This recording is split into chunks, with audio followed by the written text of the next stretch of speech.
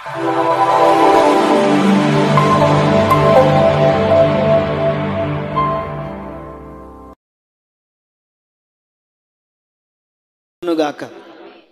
మోషే గారు దేవునితో అడిగినటువంటి మాట ఏంటంటే, నీ మహిమను నాకు చూపించు. దట్స్ ఆల్, అంతే చాలు. ఇంకా నీ మహిమను నాకు చూపించు అని మోషే గారు అడిగితే, దేవుడు మోషే గారితో చెప్పినటువంటి మాట ఏంటంటే, నా మహిమను చూస్తే నువ్వు తట్టుకోలేవు కానీ, నా మహిమను చూస్తే నువ్వు నిలవలేవు కానీ, నా మంచితనం అంతయు నీ ఎదుట కనపరచెదను.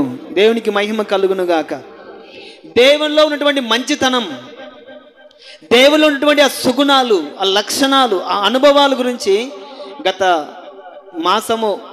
2 వారాలుగా మనం తెలుసుకుంటూ ఉన్నాం.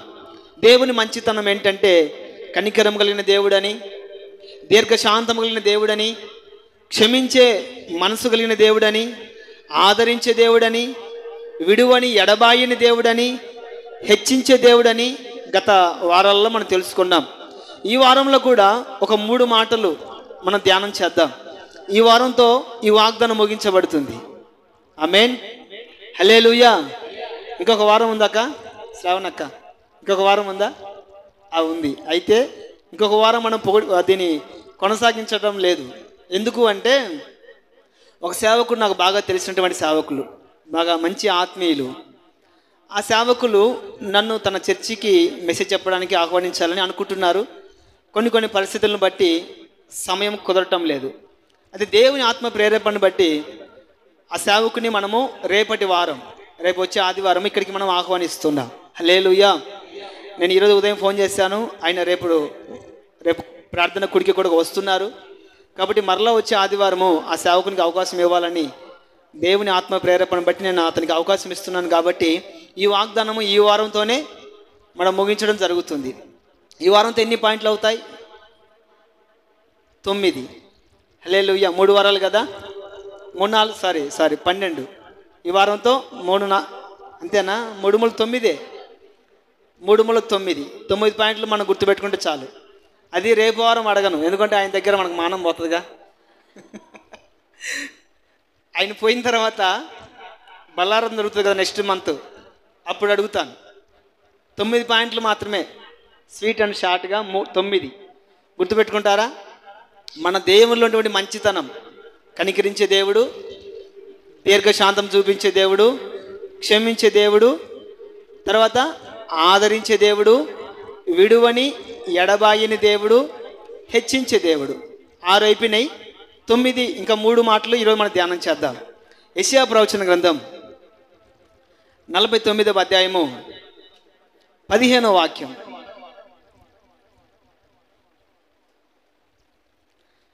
యెషయా ప్రవచన గ్రంథం 49వ అధ్యాయము 15వ వాక్యం. స్త్రీ తన పుట్టిన బిడ్డను కరుణింపకుండా తన చంటి పిల్లను మరుచున, వారైనా మరుచుదురేమో కానీ నేను నిన్ను మరువను. హల్లెలూయా. మన దేవుడిలో ఉన్నటువంటి మంచితనం ఏంటంటే, మరువని దేవుడు. చెప్పండమ్మా, మరువని దేవుడు. స్త్రీ తన కడుపున పుట్టినటువంటి బిడ్డను మరుచునా, వారైనా మరుచునేమో కానీ నేను నిన్ను మరువను. మన దేవుని మంచితనం ఏంటంటే, మరువని దేవుడు. హల్లెలూయా. యెషయా ప్రవచన గ్రంథం 44:21 ఒక మాట రాయబడి ఉంటుంది. ఇశ్రాయేలు, నేను నిన్ను మరిచిపోజాలను. ఎందుకు దేవుడు మనల్ని మర్చిపోవడానికి ఇష్టపడడం లేదు? మనం మర్చిపోవడానికి ఆయన ఎందుకు ప్రయత్నించడం లేదు? ఎఫ్రాయిము గురించి ఒక మాట మనము చదివితే, ఇర్మియా గ్రంథంలో ఒక మాట రాయబడి ఉంటుంది.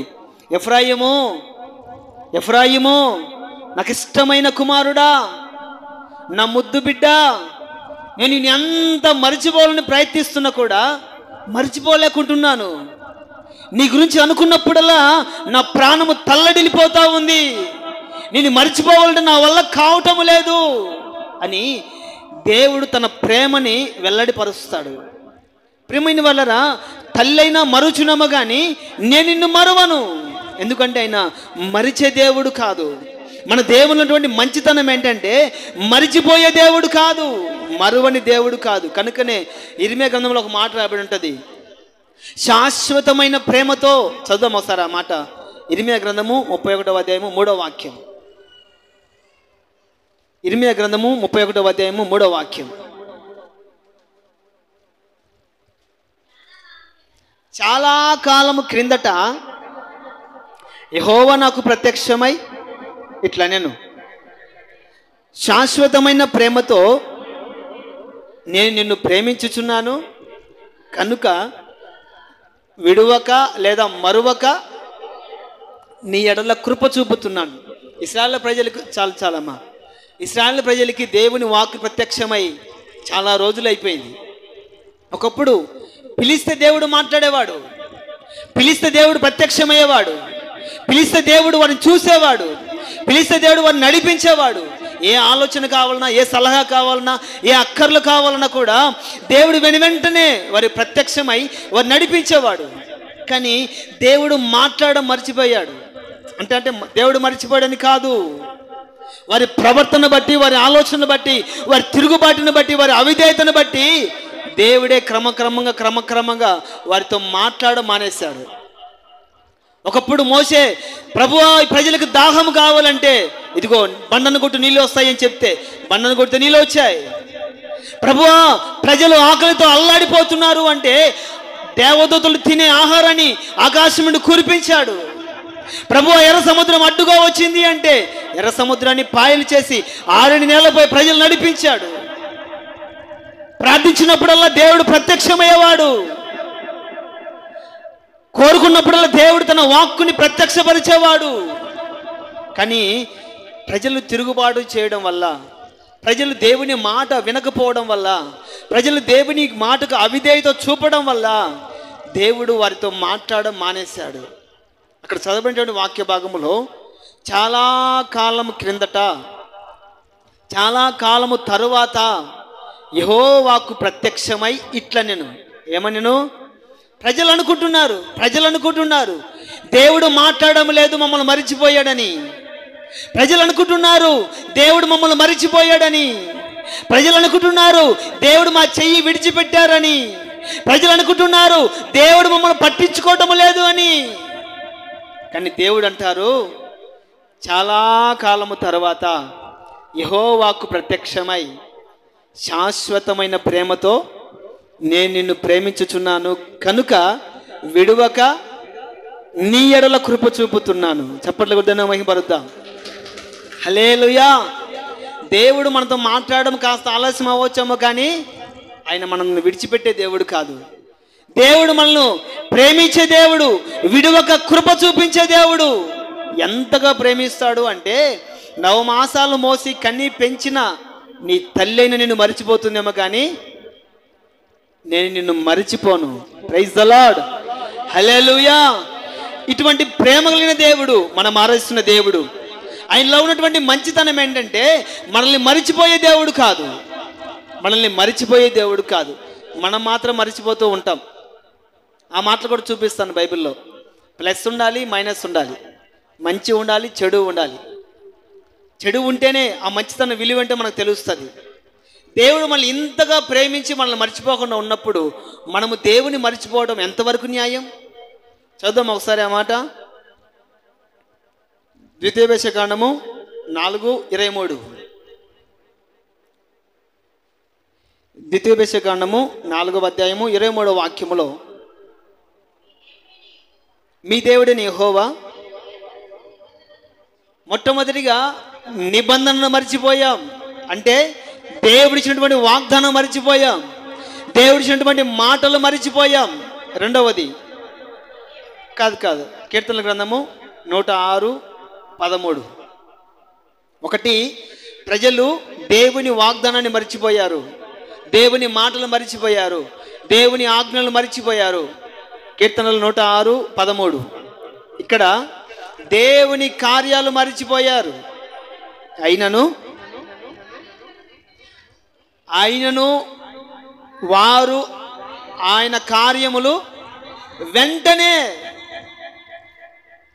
దేవుని ప్రజలు దేవుడు చేసినటువంటి కార్యాలు ఏం చేశారు? వెంటనే, కనీసం మందిరం దాటి బయట కూడా వెళ్ళలేదు.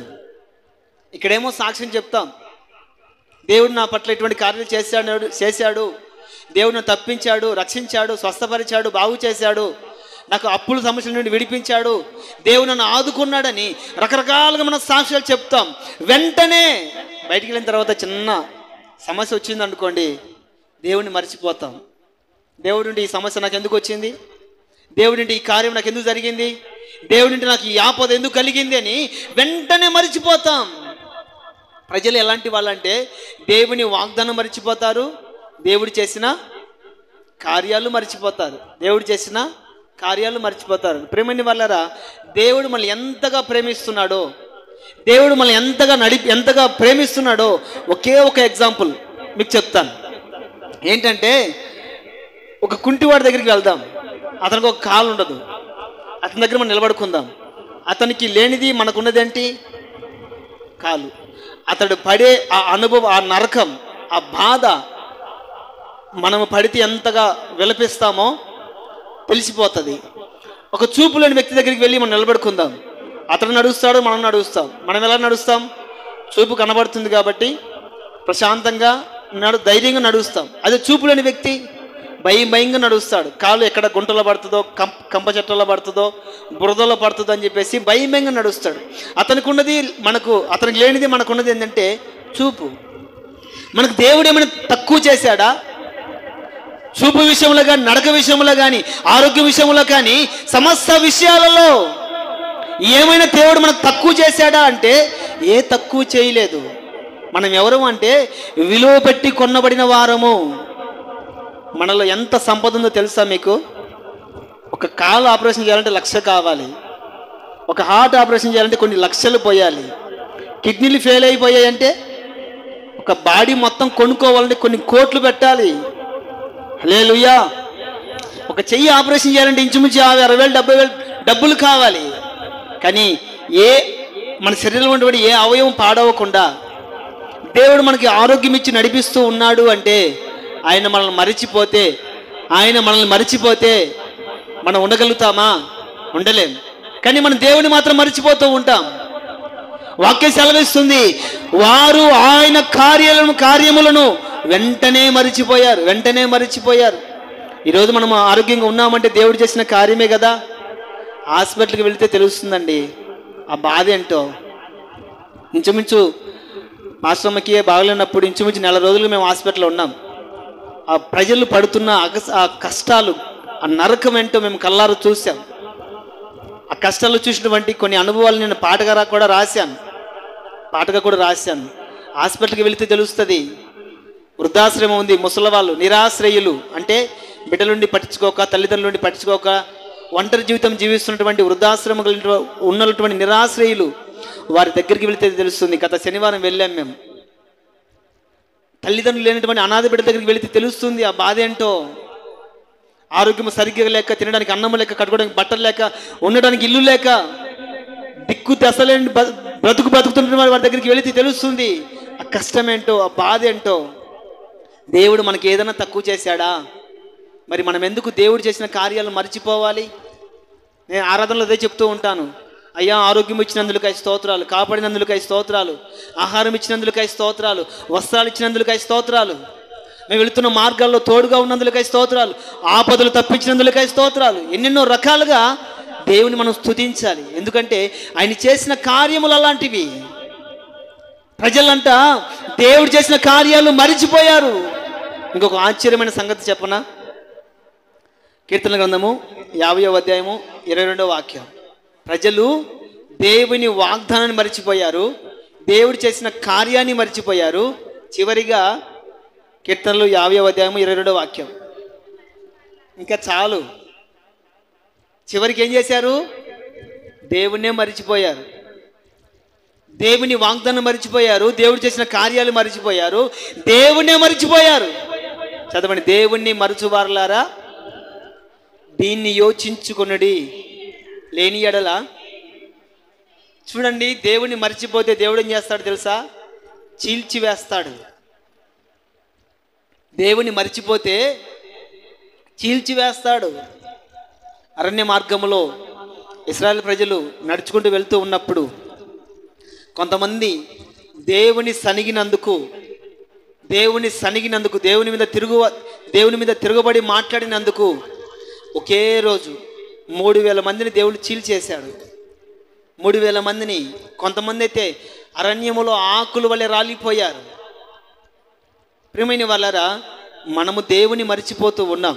మరిచిపోతే కలిగే నష్టం ఏంటంటే దేవుడు మనల్ని చీల్చివేస్తాడు, సంహరింపచేస్తాడు. కానీ దేవుడు మనల్ని మాత్రము మరిచిపోయేవాడు కాదు. హల్లెలూయా, హల్లెలూయా. 9 మాసాలు మోసి కని పెంచిన నీ తల్లైన నిన్ను మరుచునేమో కానీ నేను నిన్ను మరువను. మన దేవునిలో ఉన్నటువంటి మంచితనం ఏంటంటే మనల్ని మరిచిపోయే దేవుడు కాదు, మరువని దేవుడు కాదు. గత రాత్రి టీవీ ఆన్ చేస్తే ఒక న్యూస్ నేను చూశాను. నిజామాబాద్, తెలంగాణలో ఉన్నటువంటి నిజామాబాద్ జిల్లాలో ఒక హాస్పిటల్లో 2 భార్యాభర్తలు, భార్య డెలివరీ సమయము వచ్చిందని చెప్పేసి 2 భార్యాభర్తలు ఇద్దరు కలిసి డెలివరీ చేయించుకోవడం కోసమని హాస్పిటల్కి వెళ్ళారు. వెళ్ళిన తర్వాత ఆ స్త్రీని డెలివరీకి ఆపరేషన్ థియేటర్కి తీసుకెళ్లారు. వీళ్ళతో తండ్రితో కూడా ఉన్నటువంటి ఒక బాబు, చిన్న బాబు, ఆ బాబుని పెట్టుకొని హాల్లో పడుకొని నిద్రపోతున్నాడు తండ్రి. భార్య ఏమో ఆపరేషన్ థియేటర్లో ఉంది, భర్త ఏమో తన కుమారుని తన దగ్గర పడుకోబెట్టుకొని నిద్రపోతున్నాడు. పాపం ఆయన కూలి పని చేసుకున్నాడేమో తెలీదు, ఎంతో కష్టపడ్డాడో ప్రయాసపడ్డాడో తెలియదు, కానీ అలసిపోయి పడుకొని ఉన్నాడు. హాస్పిటల్ వరండాలో హాల్లో పడుకొని ఉన్నాడు. తన బిడ్డను పెట్టుకొని పడుకొని ఉన్నాడు.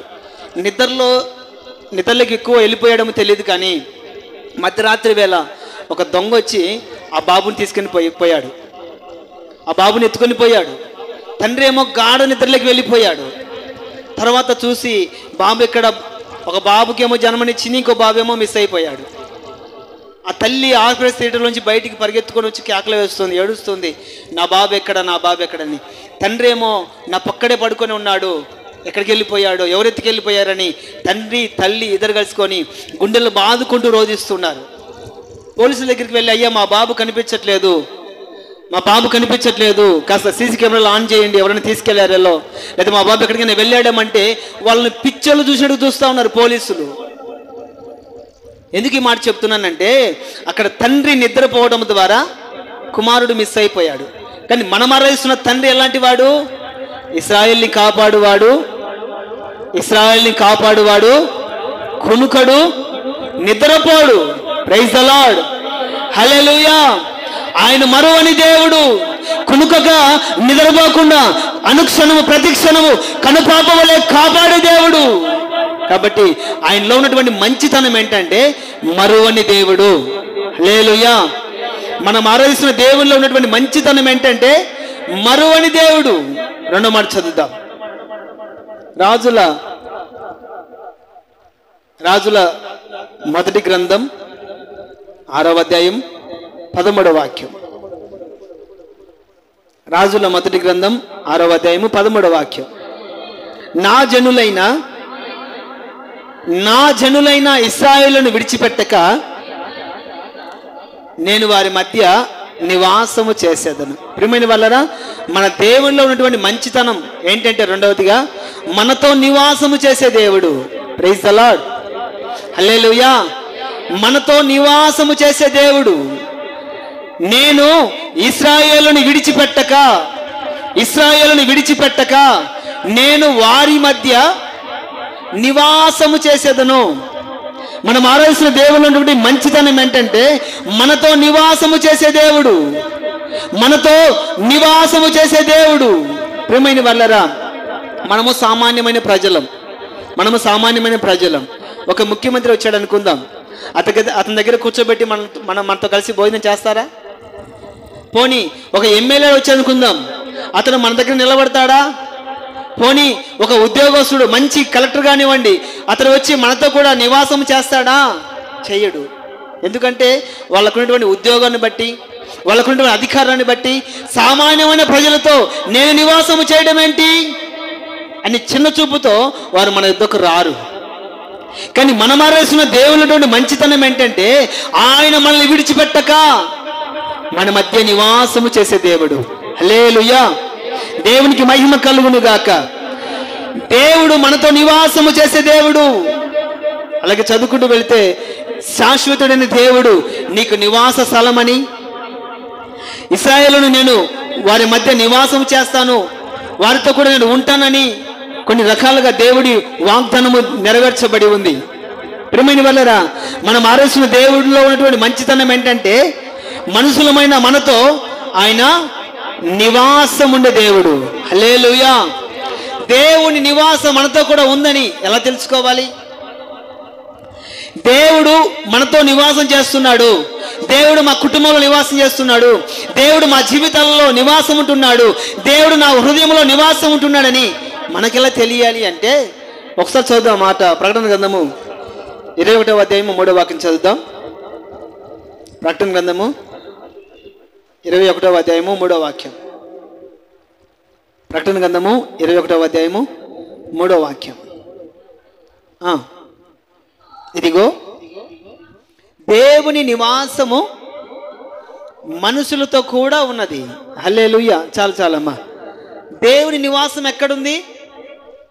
దేవుని నివాసం ఎక్కడుంది? మనుషులతో కూడా ఉంది. అక్కడ సేవకులతో ఉందని చెప్పట్లేదు, భక్తి పరులతో ఉందని చెప్పట్లేదు. రాయబడిన మాట ఏంటంటే దేవుని నివాసము మనుషులతో కూడా ఉంది. హల్లెలూయా. హల్లెలూయా. ఎలా తెలుసుకోవాలి దేవుని నివాసం మనతో కూడా ఉందని? ఎలా తెలుసుకోవాలి అంటే ఎగ్జాంపుల్ చెప్తున్నా. నేను దేవుని నమ్మినటువంటి ఒక విశ్వాసిని అనుకుందాం. చాలా భక్తిగా ఉంటున్నాను, ప్రతి దినము దేవునికి ప్రార్థన చేస్తున్నాను, ప్రతిరోజు కుటుంబం కొరకు, ప్రాంతాల కొరకు, అనారోగ్యం చేత బాధపడుతున్న వారి కొరకు నేను ప్రార్థన చేస్తున్నాను అనుకుందాం. మరి దేవుని నివాసం నాతో ఉందని ఎలా తెలియాలి? ఎలా తెలియాలి అంటే ఎవరైనా అనారోగ్యం చేత బాధపడుతున్నారు అనుకుందాం, ఎవరైనా అనారోగ్యం చేత బాధపడుతున్నారు అనుకుందాం, వారి దగ్గరికి వెళ్ళి విశ్వాసముతో ప్రార్థన చేయాలి. అయ్యా, ఇదిగో వీరు అనారోగ్యం చేత బాధపడుతున్నారు, మీ నివాసం మాతో కూడా ఉందని, మీరు మా హృదయంలో నివసిస్తున్నారని, మా హృదయం మీకు ఆలయమై ఉన్నదని మేము నమ్ముచున్నాం. మీరు నాతో ఉన్నారు కాబట్టి ఇదిగో ఈ తల్లి గారిని బాగు చేయండి, ఇదిగో ఈ అక్కని బాగు చేయండి, ఈ బిడ్డని బాగు చేయండి అని మనం ప్రార్థన చేసి వస్తే చాలు. దేవుని నివాసం మనతో కూడినటువంటి నివాసం ఏం చేస్తుంది తెలుసా? వాడిని బాగు చేస్తుంది. హల్లెలూయా. దేవుని నివాసం మనతో కూడా ఉన్నది అని రుజువు ఏంటంటే మనం చేసే ప్రార్థనకి ప్రతిఫలం వస్తుంది. ప్రతిఫలం వస్తుంది. తల్లిగారు సాక్ష్యం చెప్పారు కదా, గత రాత్రి మరి భర్త గారికి కాళ్ళు మొహాలు మొత్తం, బాడీ మొత్తం ఇంతలా ఉబ్బిపోయింది. ఆ తండ్రి గారు భయపడి తెల్లవారేసరికి ఉంటానో లేదో, తెల్లవారేసరికి భార్య బిడ్డల్ని, కుటుంబాన్ని, బంధువుల్ని, గ్రామాన్ని చూస్తానో లేదో అన్నటువంటి భయముతో అర్ధరాత్రి వేళ నాకు ఫోన్ చేశారు. అయ్యా, కాళ్ళు మొహాలు వాసిపోతూ ఉన్నాయి, నా కొరకు ప్రార్థన చేయండి అని చెప్పారు. భారంగా ప్రార్థన చేశాను, తండ్రి గారి కొరకు భారంగా ప్రార్థన చేశాను. నేను ఫోన్ పెట్టేసిన తర్వాత ఒక 10-15 నిమిషాలు లేదా ఒక అర్ధగంట లోపు కాళ్ళు, ముఖం, బాడీ మొత్తం వాచిపోయినటువంటి తన శరీరము మామూలుగా ఎలాగైతే అయిపోయిందో, ఎవరికి ఎలాగైతే ఉన్నాడో అలాగ అయిపోయిందని తెల్లవారేసరికి తండ్రి గారు అందరికి చెప్తున్నాడంట. పలానా సేవకులు ప్రార్థన చేశారు, దేవుడు నాకు బాగు చేశాడు, పలానా సేవకులు నాకు ప్రార్థన చేశాడు, దేవుడు నాకు ఆరోగ్యం ఇచ్చాడని ఇంటింటికి వెళ్ళి చెప్తున్నాడు. గల కారణం ఏంటి? మనతో ఉన్నదేంటి? మన భక్తి కాదు, మన శక్తి కాదు, మన జ్ఞానం కాదు, మన బలం కానీ కాదు. మనతో ఉన్నది ఏంటి అంటే దేవుని నివాసం. Praise the lord. చెప్తాం సంతోషంగా, హల్లెలూయా. దేవుని నివాసం ఎక్కడ ఉంది అంటే మనుషులతో కూడా ఉంది, కానీ మనమే గ్రహించలేదు. నేను మాటలు మాట్లాడతాను, దేవుడు నాతో ఉంటాడా? నేను ఒక్కాకేసుకుంటాను, దేవుడు నాతో ఉంటాడా? నువ్వు ఎలా ఉన్నా కూడా దేవుడు నీతోనే ఉంటాడు. హల్లెలూయా, హల్లెలూయా. కానీ ఎదురు చూస్తూ ఉంటాడు. ఇకనైనా ఆ చెడుల వాటి నుండి బయటపడి వస్తుందేమో, ఇకనైనా లోకస్తులతో స్నేహం మానుకొని నాతో స్నేహం చేస్తుందేమో, ఇకనైనా ఒక గంట సేపు నాతో ప్రార్థన చేస్తుందేమో అని ఎదురు చూస్తూనే ఉంటాడు. కానీ మనల్ని మాత్రం విడిచిపెట్టే దేవుడు కాదు. హల్లెలూయా, హల్లెలూయా. ఆయన మనతో నివాసము చేసే దేవుడు. నా మంచితనం అంతా నీ ఎదుట కనపరిచెదను. దేవుని మంచితనం ఏంటంటే ఆయన మరువని దేవుడు. రెండవదిగా నివాసము చేసే దేవుడు. మూడో మాట చెప్పి ముగించుకుందాం. రాజుల రెండవ గ్రంథం 20వ అధ్యాయము 5వ వాక్యం. మన దేవుని నుండి మంచితనం, మరువని దేవుడు, నివాసము చేసే దేవుడు. మూడవదిగా రాజుల రెండవ గ్రంథం 20వ అధ్యాయము 5వ వాక్యం. నీవు తిరిగి నా ప్రజలకు అధిపతి అయిన హిజ్కియా యొద్దకు పోయి అతనితో ఇట్లా అనుము, నీ పితరుడైన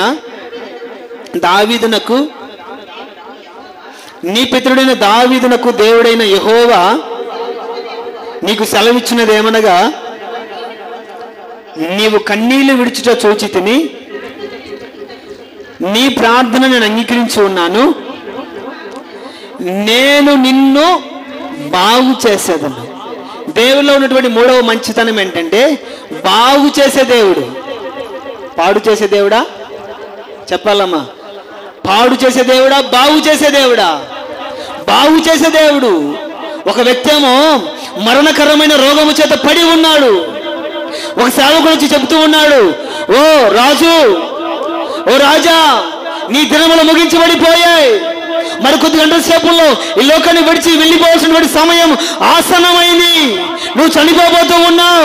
నీ ఇంటిని చక్కబెట్టుకో, నీ హృదయాన్ని సిద్ధపరచుకో, నువ్వు దేవుని దగ్గరికి వెళ్ళవలసిన సమయము ఆసన్నమైంది అని చెప్పినప్పుడు ఈ రాజు ఏం చేయాలన్నటువంటి పరిస్థితుల్లో అర్థం కాక, నా దినములు ముగించబడిపోతూ ఉన్నాయి, ఇక నా తల్లిని, తండ్రిని, చెల్లిని, నా కుటుంబాన్ని, నా బంధువులందరినీ విడిచిపెట్టి వెళ్ళిపోయే సమయం ఆసన్నమైంది అని చెప్పేసి ఏం చేశాడంటే ఆ వ్యక్తి గోడ తట్టు తన ముఖము తిప్పుకొని కన్నీటితో దేవునికి కన్నీళ్లు కార్చాడు, ప్రార్థన చేశాడు.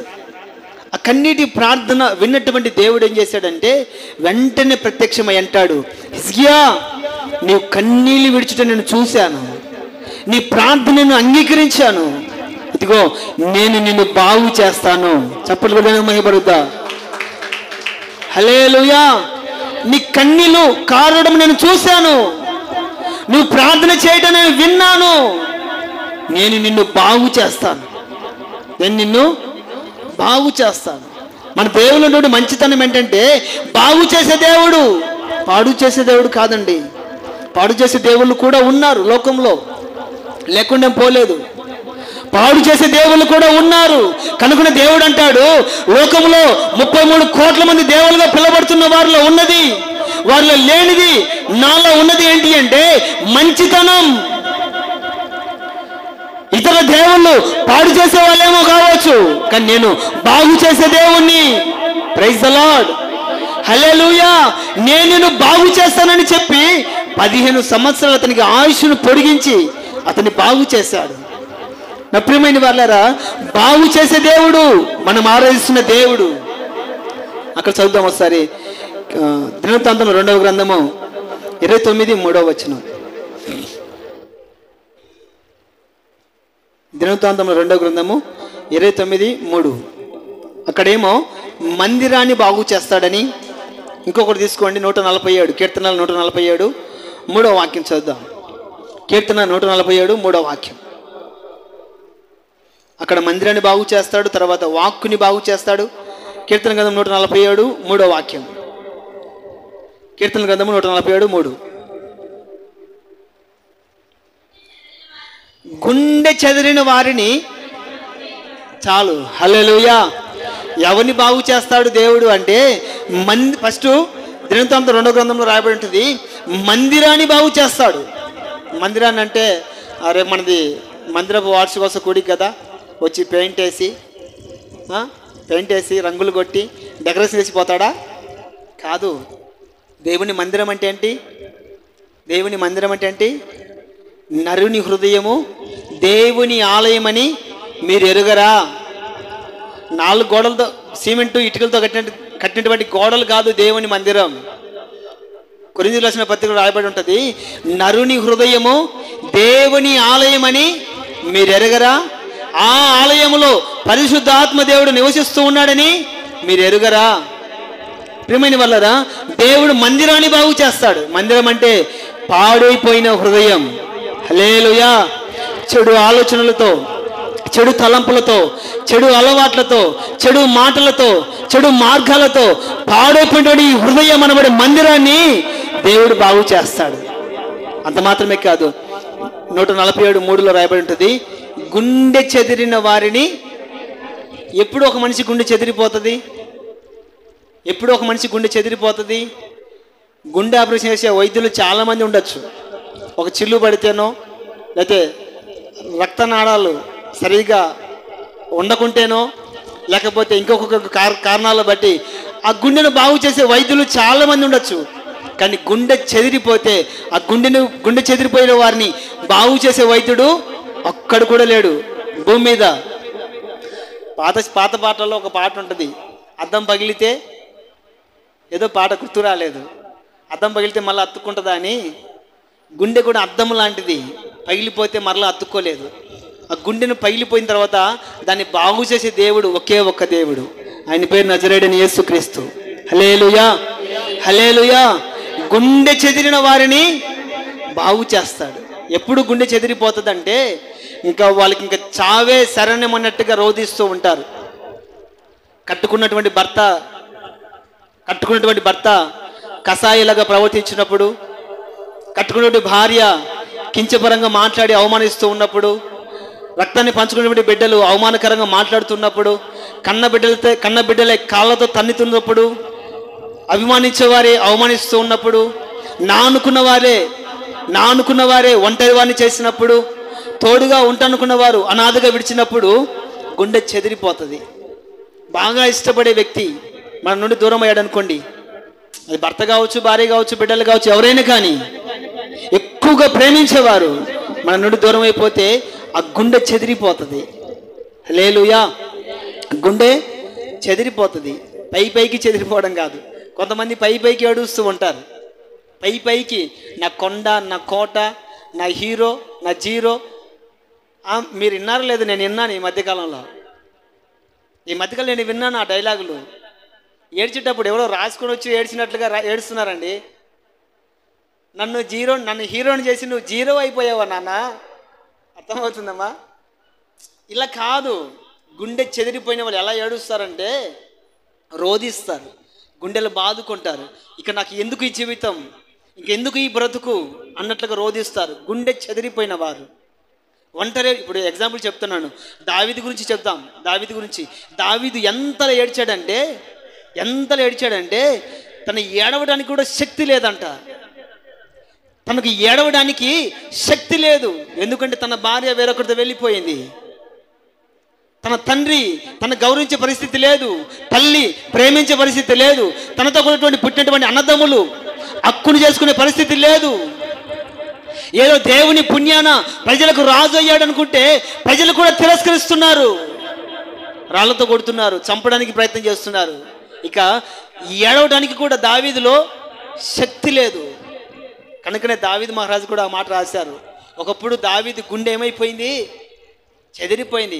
కన్న బిడ్డలు ఉన్నారులే, నా రక్తాన్ని పంచుకొని పుట్టినటువంటి బిడ్డలు ఉన్నారులే అంటే అధికారం కోసం కన్న కొడుకే దావీదుని చంపడానికి తరుముతున్నాడు. ఇంకా ఎవరి కోసం బ్రతకాలి దావీదు? ఇంకా ఎవరి కోసం జీవించాలి దావీదు? కనుకనే అంటాడు, గుండె చెదిరిన వారిని యెహోవా బాగు చేయును. హల్లెలూయా, హల్లెలూయా. అతని గుండె చెదిరిపోయింది కాబట్టి అంతలా రోధించాడు, అంతలా గ్రంథంలో లిఖించాడు తన మాటలని. మధ్యకాలంలో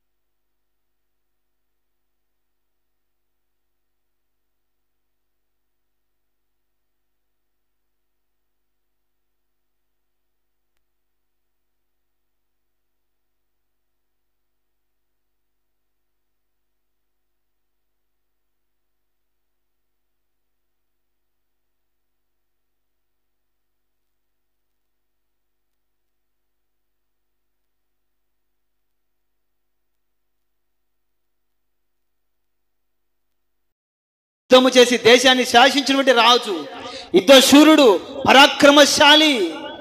చివరికి దావీదు పరిస్థితి ఏంటో తెలుసా? కాళ్ళకు చెప్పులు లేకుండా కన్న కొడుకుకి భయపడి అరణ్యములో అడవిలో పారిపోయినట్లుగా వాక్యం సెలవిస్తుంది. తన గుండె ఎంతగా చెదిరిపోయి ఉండొచ్చండి. కనుకనే మన పితరులు కూడా ఒక పాట రాశారు, గుండె చెదిరిపోయిన వారిని బాగు చేయవాడవు. ప్రియమైన వాళ్ళారా, మనం ఆరాధిస్తున్న దేవుడు ఎలాంటి దేవుడు అంటే బాగు చేసే దేవుడు. ఎవరు చెప్పాలమ్మా? ఏ దేవుడు? మన దేవుడు సుసు కాదమ్మా, చెప్పండి గట్టిగా.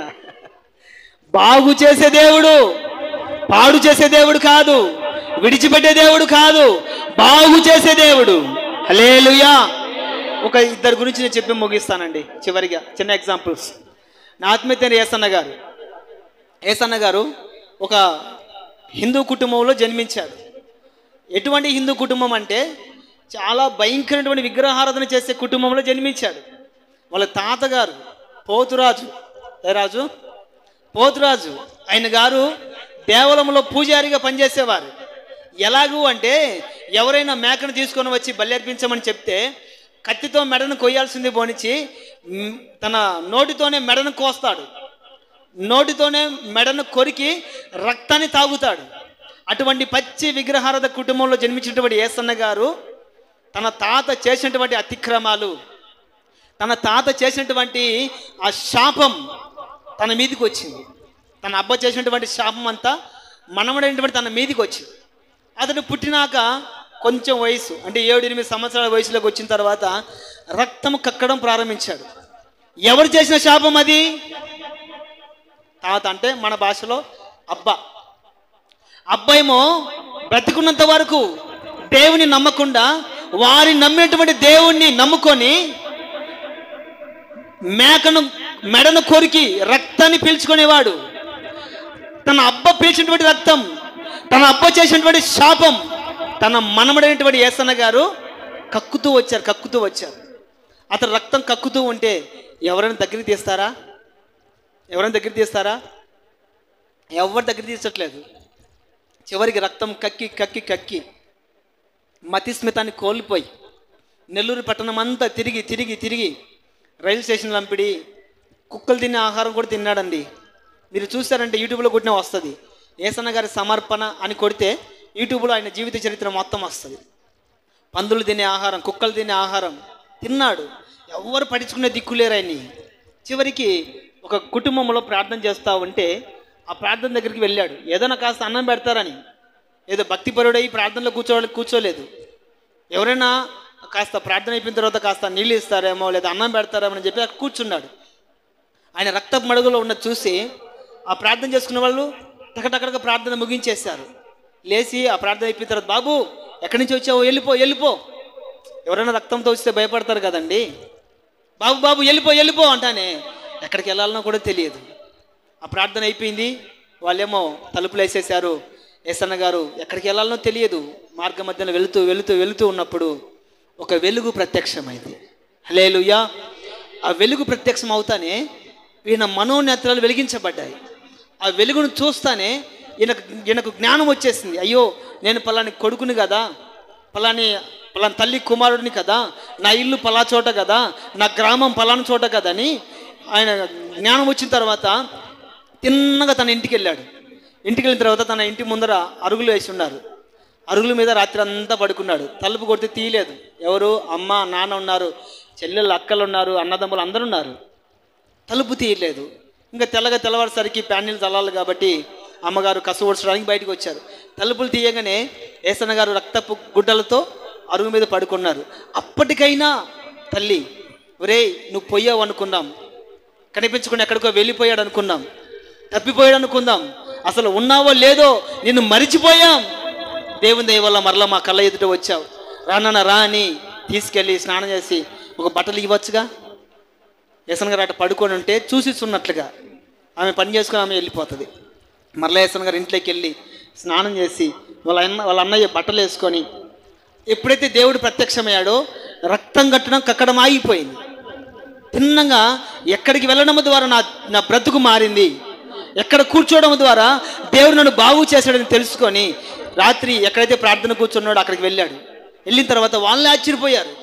గత రాత్రి ఏమో రక్తపు బట్టలతో వచ్చాడు, ఇప్పుడేమో ప్రశాంతంగా నీట్గా స్నానం చేసి మంచి మంచి బట్టలు వేసుకొని వచ్చాడు. ఎవరు బాబు నువ్వు అంటే, గత రాత్రి రక్తపు మరకలతో ఇక్కడికి వచ్చాను కదా. ఆ అబ్బాయిని నేను ఎలా సాధ్యం అంటే, నేను ప్రార్థన ముగించుకొని వెళ్ళేటప్పుడు ఒక వెలుగు నన్ను ప్రత్యక్షమై నన్ను బాగు చేసింది అని చెప్పిన తర్వాత, దేవుడు నిన్ను బాగు చేశాడు, దేవుడు నీకు ప్రత్యక్షమయ్యాడు అని చెప్పేసి ఒక కొత్త నిబంధన గ్రంథం బైబిల్ ఇచ్చి, ఈ వాక్యాన్ని చదువుకుంటా బైబిల్ చదువుకుంటా ఉండు, దేవుడు నీతో మాట్లాడతాడని చెప్పిన తర్వాత ఆ బైబిల్ చదువుకుంటా ఉన్నప్పుడు దేవుని స్వరం వినపడము, దేవుడు ఆయనతో మాట్లాడడం జరిగింది. ఇంకా బాగుపడ్డాను, నా తల్లికి నా తండ్రికి ఉపయోగకరంగా ఉందామని వాళ్ళకు ఉన్నటువంటి రైస్ మిల్లో కూర్చొని ఆ బియ్యం బస్తా లెక్క పెట్టుకుంటా ఉంటే కిటికీలో నుండి ఒక స్వరం వినపడుతుంది. ఏసన్నా ఏసన్నా, నీవు నా పని చేయాలి, నీవు నా పరిచర్య చేయాలి, నిన్ను బాగు చేసింది నా కొరకు, నీ తల్లిదండ్రుల కొరకు కాదు. చనిపోసినబడి నిన్ను, ఒంటరిగా జీవిస్తున్న నిన్ను, దిక్కు దశ లేకుండా బ్రతుకుతున్నబడి నిన్ను బాగు చేసింది నా కొరకు.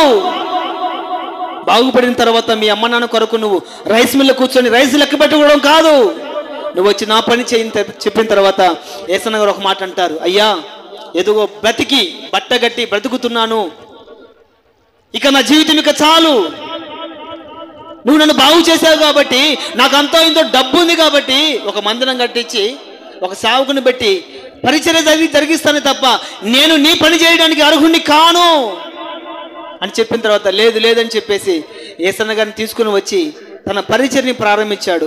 ఈనాడు దేశాలలో రాష్ట్రాలలో యేసన్న గారి పరిచర్య విస్తరించడం గల కారణం ఏంటంటే, యేసన్న గారిని బాగు చేసింది ఎవరు? దేవుడు, మనం ఆరాధిస్తున్న దేవుడు. అక్కడ తల్లి మరిచిపోయింది, తండ్రి మరిచిపోయాడు, అన్నలు మరిచిపోయారు, రక్త సంబంధికులు మరిచిపోయారు, బంధువులు మరిచిపోయారు, స్నేహితులు మరిచిపోయారు. అసలు బ్రతికున్నాడా చచ్చిపోయాడు కూడా పట్టించుకునే నాదుడు కూడా లేడు. కానీ యేసన్న గారిని విడిచిపెట్టకుండా, మరవకుండా, ఎడబాయకుండా ఆయన్ని కాపాడి సంరక్షించి ఆయన బాగు చేసింది ఎవరు అంటే మనం ఆరాధిస్తున్న యేసుక్రీస్తు ప్రభు. హల్లెలూయా, హల్లెలూయా. ఇంకొక సేవకుని గురించి చెప్తాను. ఆ సేవకుని పేరు మోహన్ సి లాజరస్. ఏం పేరుమా? మోహన్ సి లాజరస్ గారు. చిన్న వయసులోనే ఆయనకు ఒక కురుపులేసింది. ఆ కురుపులేసి శరీరం అంతా పాడైపోయింది. మంచం మీద పడుకోబెట్టారు. ఇక చనిపోయాడు, పాతి పెట్టండి. ఇంకా చివరిగా సమాధి కూడా తవ్వించారు ఆయన కోసం. సమాధి కూడా తవ్వించారు. వాళ్ళు అంతో ఇంతో కాస్త క్రిస్టియన్ కాబట్టి సేవకులందరూ వచ్చి ప్రార్థన చేసి వెళ్ళిపోతున్నారు. వెళ్ళిపోతూ ఉంటే ఆయనకి ఎక్కడో ఒక స్వరం వినపడతా ఉంది. చనిపోయాడని ప్రజలు అనుకుంటున్నారు, చనిపోయాడని వాళ్ళ అమ్మ నాన్న అనుకుంటున్నారు. ఇంకా మరికొద్ది గంటల్లో అతన్ని పాతి పెట్టేద్దామని కూడా అనుకుంటున్నారు. శరీరం అంతా కురుపులతో నిండిపోయింది, దుర్వాసన వస్తుంది, నిలబడడానికి కూడా అవకాశం లేదు.